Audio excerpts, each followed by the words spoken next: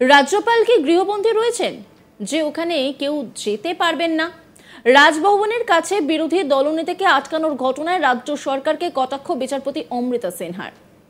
তারপরে বিচারপতির নির্দেশ, পরবর্তীতে বিরোধী দলনেতা ফের রাজ্যপালের সঙ্গে দেখা করতে চাইলে তার আগে আবেদন করতে হবে এবং আবেদনে জানাতে হবে কতজন দেখা করতে চান, কটা গাড়ি নিয়ে এবং গাড়ির নম্বর জানাতে হবে আবেদনে। 9 সপ্তাহ পরে ফের শুনানি মামলার। শুক্রবার শুনানিতে বিরোধী দলনেতার তরফে আইনজীবী বিশ্বরূপ ভট্টাচার্য বলেন, আমার মক্কেল যাদের নিয়ে রাজভবন গিয়েছিলেন তারা বেশিরভাগই বাড়ি ছাড়া, তারা আক্রান্ত। রাজভবনের অনুমতি থাকা সত্ত্বেও ঢুকতে দেওয়া হয়নি। এই শুনে বিচারপতি সিনহা বলেন, রাজ্যপাল কি গৃহবন্দী রয়েছেন? উত্তরে রাজ্যের অ্যাডভোকেট জেনারেল বলেন, না, এরকম ঘটনা নেই। বিচারপতির প্রশ্ন, তাহলে রাজভবনে ঢুকতে বাধা কেন? এজি কিশোর দত্ত জানান, ডেপুটি কমিশনার জানতে চেয়েছিলেন কটা গাড়ি যাবে এবং কজন ভেতরে যাবেন, কিন্তু বিরোধী দলনেতা গাড়ি থেকে নামেননি এবং কিছু জানাননি।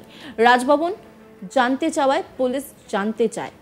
নিরাপত্তার স্বার্থে সবাইকে ঢুকতে দেওয়া যায় না, আগে থেকে কিছু জানানো হয়নি। পুলিশ কিন্তু ভিতরে যাওয়া যাবে না এ কথা কখনো বলেনি। বিচারপতির প্রশ্ন করেন, বিরোধী দলনেতাকে তাহলে রাজভবনে ঢুকতে দিতে আপত্তি ছিল না পুলিশের? এজি বলেন, একেবারেই না। এর আগে 50 বার বিরোধী দলনেতা রাজভবনে গেছেন, পুলিশ তো কখনো আটকায়নি। কি ঘটনা ঘটেছে তার ভিডিও ফুটেজ রয়েছে। শুভেন্দু অধিকারীর তরফে আইনজীবী বিশ্বরূপ ভট্টাচার্য বলেন, রাজভবনের সামনে শাসক দলের ধর্ণা চলতে পারে আর বিরোধীরা গেলে আটকানো হবে, এটাই কি রাজ্যের রাজনীতি? রাজ্যের শাসক দল কিছুদিন আগে রাজভবনের উত্তর গেটে কয়েকদিনের ধর্ণা কর্মসূচি পালন করে, কিন্তু বিরোধী দলনেতা যখন ভোট পরবর্তী হিংসায় আক্রান্তদের নিয়ে রাজ্যপালের সঙ্গে দেখা করতে যান তখন তাকে আটকানো হয়। সংশ্লিষ্ট পুলিশ কর্তাদের শাস্তি দেওয়া হোক, এই আবেদন করছে। বিচারপতি সিনহা দুপক্ষের বক্তব্য শোনার পর নির্দেশ দেন, পরবর্তীতে বিরোধী দলনেতা যাওয়ার আগে আবেদন করে জানাবেন তিনি কতজনকে নিয়ে যেতে চান, কটা গাড়ি সঙ্গে নিয়ে যাবেন। শুক্রবার ভোট পরবর্তী হিংসায় আক্রান্তদের পরিবার প্রায় 400 জনকে নিয়ে রাজভবন যাচ্ছিলেন বিরোধী দলনেতা শুভেন্দু অধিকারী। সেখানে পৌঁছানোর আগেই তাকে আটকে দেয় পুলিশ। রাজ্যপাল সিভি আনন্দ বোস এর সঙ্গে দেখা করার জন্য রাজভবন যাচ্ছিলেন তিনি, কিন্তু রাজভবন লাগোয়া গ্রেট ইস্টার্ন মোড়ে বিকেল 5টা নাগাদ রাজভবন ঢোকার ঠিক গেটের আগে গেটের চারিদিক দিয়ে ব্যারিকেড করে আটকে দেওয়া হয় তাকে। প্রায় 1 ঘন্টা আটকে রাখার পর শুভেন্দুর পথ ছাড়ে পুলিশ। সেই ঘটনায় আজ হাইকোর্টের দ্বারস্থ হয়েছিলেন বিরোধী দলনেতা। এই নিয়ে একটি রিপোর্ট তুলে ধরেছেন আমার কলিগ মানুষ, দেখাবো আপনাদের। বিরোধী দলনেতা শুভেন্দু অধিকারীকে গতকাল রাজভবনে ঢুকতে না দেওয়ার ঘটনায় রাজ্য পুলিশকে রীতিমতো কটাক্ষ করলেন বিচারপতি অমৃতা সিনহা। এদিন মামলার শুনানিতে বিচারপতি রাজ্যের অ্যাডভোকেট জেনারেলের উদ্দেশ্যে বলেন, রাজ্যপাল কি হাউস অ্যারেস্ট রয়েছেন, রাজ্যপাল কি গৃহবন্দী রয়েছেন যে তার সাথে যে কেউ দেখা করতে যেতে পারবে না।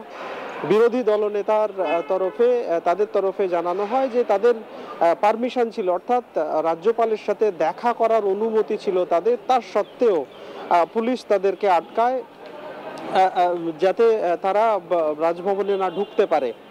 উল্লেখ্য, গতকাল বিকেল 5টা নাগাদ বিরোধী দলনেতা প্রায় 400 জন কর্মী সমর্থক যারা ভোট পরবর্তী হিংসায় আক্রান্ত তাদেরকে নিয়ে রাজভবনে রাজ্যপাল সিভি আনন্দ বোসের সাথে দেখা করার জন্য গেছিলেন, কিন্তু তাকে গ্রেট ইস্টার্ন মোড়ের কাছে ব্যারিকেড বেঁধে আটকে দেওয়া হয়। প্রায় ঘন্টাখানেক আটকে রাখার পর তাকে ছাড়ে পুলিশ।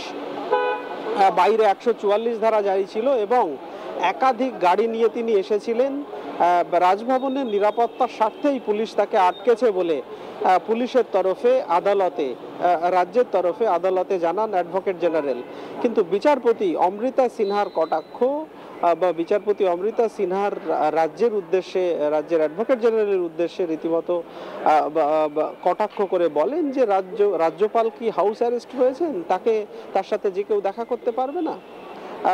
বিরোধী দলনেতা শুভেন্দু অধিকারীর তরফে আইনজীবী বিশ্বরূপ ভট্টাচার্য জানান যে গতকাল যারা রাজভবনে গেছিলেন তারা ভোট পরবর্তী হিংসায় আক্রান্ত, অন্য কোনো লোকজন নয়। তারা বিরোধী রাজনৈতিক দলের কর্মী সমর্থক যারা ভোট পরবর্তী হিংসায় আক্রান্ত, তারাই রাজ্যপালকে নিজেদের বক্তব্য জানানোর জন্য গেছিলেন, বিরোধী দলনেতার সঙ্গে এসেছিলেন, কিন্তু পুলিশের তরফে তাদের সেখানে ঢুকতে দেওয়া হয়নি। রাজ্যের অ্যাডভোকেট জেনারেল জানান যে ওখানে রাজভবনের ওখানে উপস্থিত থাকা ডেপুটি কমিশনার বিরোধী দলনেতার কাছে জানতে চেয়েছিলেন যে তারা কতজন রাজভবনে প্রবেশ করতে চায় এবং কটা গাড়ি রয়েছে, কিন্তু বিরোধী দলনেতা একটি প্রশ্নেরও উত্তর দেননি বা একটি কথার উত্তর না দেওয়ায় তাকে দীর্ঘক্ষণ ওখানে আটকে থাকতে হয়েছিল। বিচারপতি সিনহা তখন জানতে চান তাহলে তাকে আটকানো হয়নি। রাজ্যের অ্যাডভোকেট জেনারেল জানান যে না, তাকে আটকানো হয়নি কোনোভাবেই। এর আগেও তাকে তিনি একাধিকবার রাজভবনে গেছেন, কিন্তু তাকে কখনো তো আটকানো হয়নি। কেন গতকাল আটকানো হলো? সেই ঘটনা যুক্তিতেই অ্যাডভোকেট জেনারেল জানান রাজভবনের নিরাপত্তার স্বার্থেই তাকে গতকাল ভিতরে ঢুকতে দেওয়া হয়নি। একই সঙ্গে রাজ্যের অ্যাডভোকেট জেনারেল জানান এই পুরো ঘটনার সিসিটিভি ফুটেজ বা ভিডিও ফুটেজ রয়েছে। যদি বিচারপতি দেখতে চান বা আদালত যদি চায় তাহলে রাজ্য সেই ভিডিও ফুটেজ বা সিসিটিভি ফুটেজ আদালতকে দিতে পারে। বিচারপতি সিনহা দুই পক্ষের বক্তব্য শোনার পর জানান যে বিরোধী দলনেতা ফের যদি রাজভবনে যেতে চান তাহলে তিনি নতুন করে আবেদন জানাবেন এবং আবেদনে উল্লেখ করবেন যে কতজন নিয়ে তিনি রাজভবনে প্রবেশ করতে চান এবং কটা গাড়ি যেতে চায়, গাড়ির নম্বর সহ তাকে আবেদন জানাতে হবে এবং সেই হিসাবে তিনি অনুমতি পাবেন রাজভবনে যাওয়ার।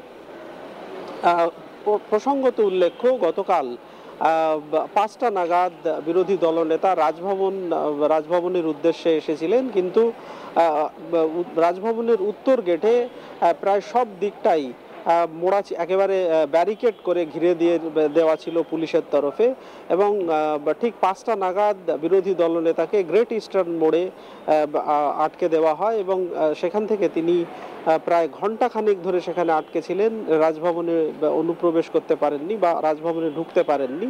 অবশেষে পুলিশ তাকে 1 ঘন্টা পর ছাড়ে এবং তারপরে তিনি রাজ্যপালের সাথে দেখা করেন।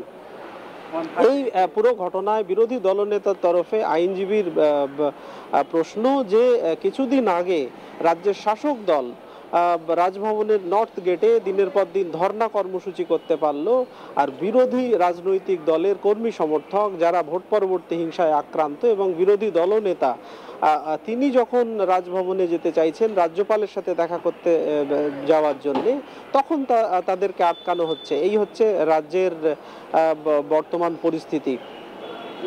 বিচারপতি সিনহা অবশ্য দুই পক্ষের বক্তব্য শোনার পর বিরোধী দলনেতাকে ফের পুনরায় আবেদন করার নির্দেশ দিয়েছেন। নজর রাখুন আজ তাক বাংলার ইউটিউব স্ট্রিমিংয়ে।